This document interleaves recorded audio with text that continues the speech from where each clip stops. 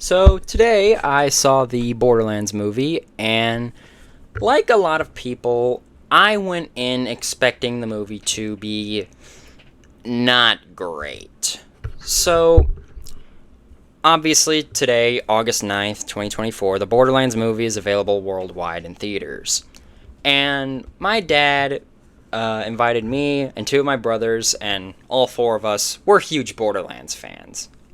He's been playing the games for a long time. I've been playing the games since I was like 8, so 11 years now. My brother is kind of a similar story, but the youngest brother I'm referring to, he's pretty new, but he's got a fair knowledge of the games. So, I went into the Borderlands movie with the same mindset I went into when I went to see Five Nights at Freddy's back in October, which I thought was pretty good. I went in with my expectations pretty low. Not as low as Five Nights at Freddy's, I didn't have it as low.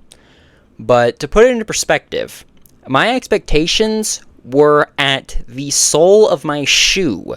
That's how low my expectations were. And sure enough, it met those expectations, and that was it. So, from this point forward, I'm going to be discussing spoilers. So, this is your spoiler warning now. Don't say I didn't warn you. So, I was fine with like the changes to the story that they were going to make. Like, oh, it's not going to be a retelling of Borderlands 1 like Five Nights at Freddy's was not a direct redoing of the first Five Nights at Freddy's game. So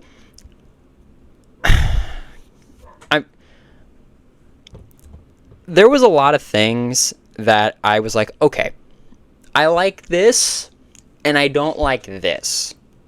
One thing I did at least think was remotely enjoyable was the fact that they made fun of the fact that Roland and Lilith are horribly miscasted, because even Tina in the movie, she says that they sent a short soldier, referring to the fact that Kevin Hart is short, and Lilith mentions constantly, well, not constantly, I'm exaggerating, but she mentions a few times throughout the movie that she's getting too old for bounty hunting, she's too old for vault hunting, this, that, and the other, which is making fun of the fact that her actress is in like her 50s.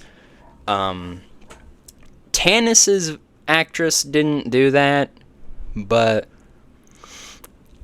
out of all of the cast, in terms of how much I liked them to how much I didn't like them, it would basically go Krieg. Krieg was arguably the best character in the entire movie, and that's purely because he doesn't say much that would ruin the dialogue of the movie, because he's a psycho. Then it would be Tiny Tina. Then it would be Claptrap. Then Roland. Then Tanis, and then Lilith. Lilith is arguably the worst character in the entire movie, at least from the protagonist's perspective. Like, in terms of the protagonists of the movie, Lilith is arguably the worst.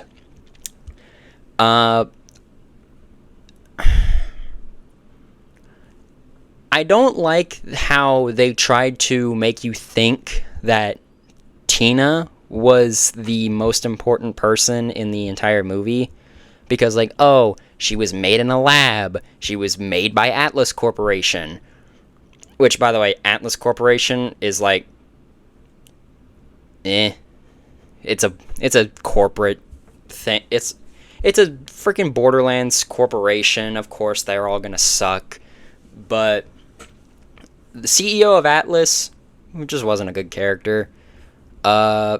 There is a lot of moments where it's like, well, who didn't see that coming? Those kind of moments, like, oh, Lilith was supposed to be hunting for Tina to find her, bring her back to her quote-unquote dad, or whatever. And then, of course, Tina witnesses a conversation out of context from Lilith and Atlas CEO, and, of course, blows her up, or at least tries to. And, oh god, Claptrap.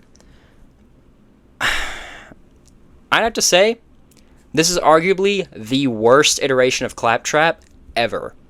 And I'm not even talking about the fact that he's voiced by Jack Black. That has nothing to do with Claptrap as a character. Like, his voice has nothing to do with it, because he's meant to be annoying. But Claptrap was relegated to being the R2-D2 C-3PO type character, as in, he is way too important for what he is supposed to do. Because, okay, so in the movie, when Lilith first arrives back on Pandora, because she's from Pandora, apparently, Claptrap suddenly reactivates after being asleep, quote-unquote, for the better part of 30 years, 40 years, maybe. And then basically says, when you arrived on Pandora, it woke me up from my slumber. So now I am to follow you until we get to the MacGuffin thing that we've been looking for that we're going to be looking for the next hour of the movie. So naturally, that happens, and can you take a guess what happens later in the movie, especially after the out-of-context conversation witnessing that happens? Go on, I'll give you a guess. Did you guess yet? Well, if you guessed, they find Lilith's home, and they interact with something, and they learn that Lilith is actually the most important character in the entire movie, because she's the Firehawk. Congratulations! You expected it! See, this is why my expectations for the movie were basically on the floor. Because if it wasn't going to be the terrible dialogue or the terrible casting choice, which, after watching the movie, the casting choice isn't terrible. Just, please, if you're going to do a sequel, recast these people.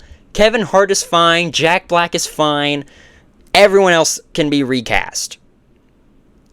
Well, if Tiny Tina were to come back in a Borderlands movie sequel, which I hope to God doesn't happen, at least keep her actress. Keep Tiny Tina's actress. Keep keep Kevin Hart. Keep Jack Black. You're fine. Get rid of the rest. Or Krieg is also fine. Get rid of the actors for Tannis and Lilith. Recast them for younger people, and then the movie would be a little bit better. The plot is just kind of, it's very simple, and I do at least like that Vault Hunter isn't just a term for the protagonists in this movie, because Lilith says numerous times that she's not a Vault Hunter. And I thought Marcus was greatly casted. It definitely seemed like Marcus. The plot is very simple. It is simply 5 people, Roland, Tina, 4 people in a robot going on a road trip, essentially, to find the MacGuffin. Look, I am not fond of MacGuffin-type narratives ever since Destiny 2 Lightfall last February, so that's kind of why I'm being negative on the way that the story goes, because last time I watched a MacGuffin narrative, it was absolute shit. But I want to at least say this. If you're going to see the movie, and by God, I would not recommend watching it in 4D, super surround sound, 8K movie screen with shaking chairs and whatnot. If you're, first of all, I would not recommend doing that. If you're going to watch it in theaters, get a $6 ticket and go on, a random Sunday or something, because the theater's going to be dead. And just lower your expectations. Not saying expect the movie to be good, just expect it to be what you think it's going to be. basically, if you expect it to be terrible, you may come out with it being like I did. I went into it thinking it was going to be very bad. But coming out of it, I thought it was tolerable.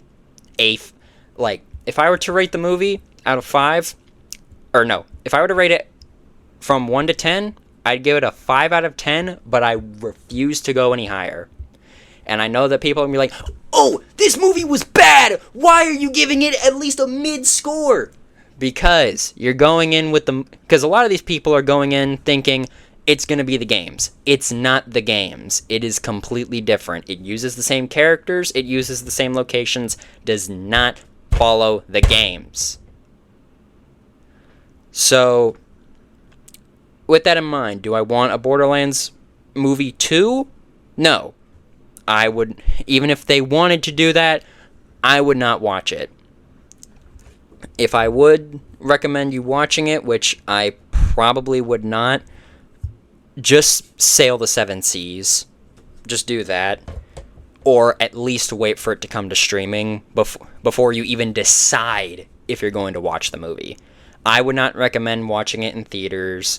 I would not recommend dropping a ton of money on the stupid metal bucket, because this thing was like $15, and it looks like it had more effort put into the bucket than it did the movie. I'm gonna be honest. And it's a metal bucket. So yeah, that was my review of the Borderlands movie. Basically, lower your expectations, and it won't be as terrible. It's gonna be mid at best. That's why I rated a 5 out of 10. If you disagree with me, okay, I'm not gonna be mad. But this is my opinion. So, thank you guys for watching, and I'll see you guys later.